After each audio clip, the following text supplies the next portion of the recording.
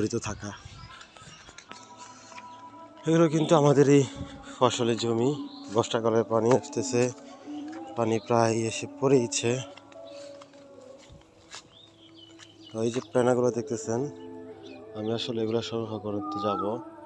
এদিকে আসলে একটু রিস্ক পড়ে যেতে পারি, তাই একটু আমি ওই দিকে একটু গিয়ে দেখি কিছু সংগ্রহ করতে পারি কিনা।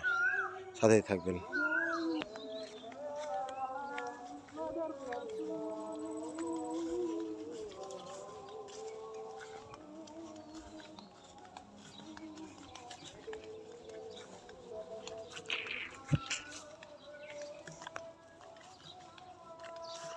পানি কিন্তু অনেকটাই এসে পড়েছে, দ্বিতীয় যাওয়া যাবে কিনা বুঝতেছি না।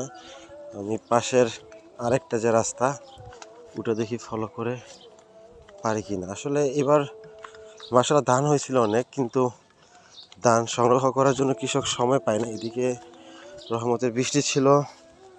যাক, আল্লাহ যা করে অবশ্যই ভালোর জন্যই করে।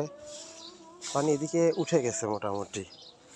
এই যে এখন আমি সংগ্রহ করব এই যে কচুরি পানাগুলা। আমি জানি না, আমার ফোনটা আসলে ভালো না, এই ফোনে কতটা বোঝা যাচ্ছে। এই কচুরি পানাগুলো আসলে আমি সংরক্ষণ করব, দেখি কি হয়। সাথেই থাকবেন।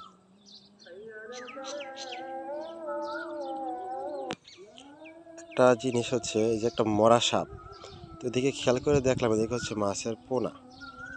এদিকে আসলে জানি না আমার ক্যামেরাতে বোঝা যাচ্ছে কি না। এখানে কিন্তু অসংখ্য একটা টাকি মাছের পোনা, অসংখ্য বিশাল বড় একটা জাক, এই জায়গায় বিশাল বড়।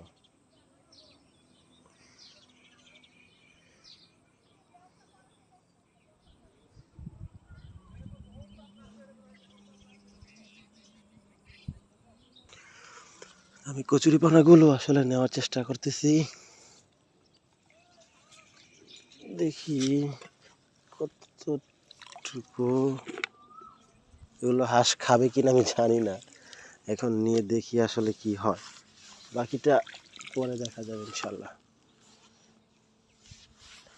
তো যারা আমার ভিডিওটা দেখতেছেন, পরবর্তী ভিডিওর জন্য অপেক্ষা করবেন। আমি এগুলো আসলে হাঁসেরা দেওয়ার পর হাঁস খাইছিল কি না আমি সেটা দেখাবো। আর আমি একদমই নতুন, আমার চ্যানেল দেখে বুঝতে পারতেছেন।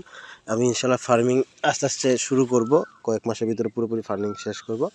তো সবাই পাশে থাকবেন, এবং পরবর্তী ভিডিওতে ভিডিওটা খুব দ্রুত আসবে, কালকের ভিতরে আসবে। সবাই একটু ফলো দিয়ে রাখবেন, সাবস্ক্রাইব করে রাখবেন, যেন আমি পরবর্তী ভিডিওতে দেখতে পারেন আমার হাঁসগুলো এগুলো খাইছে কিনা।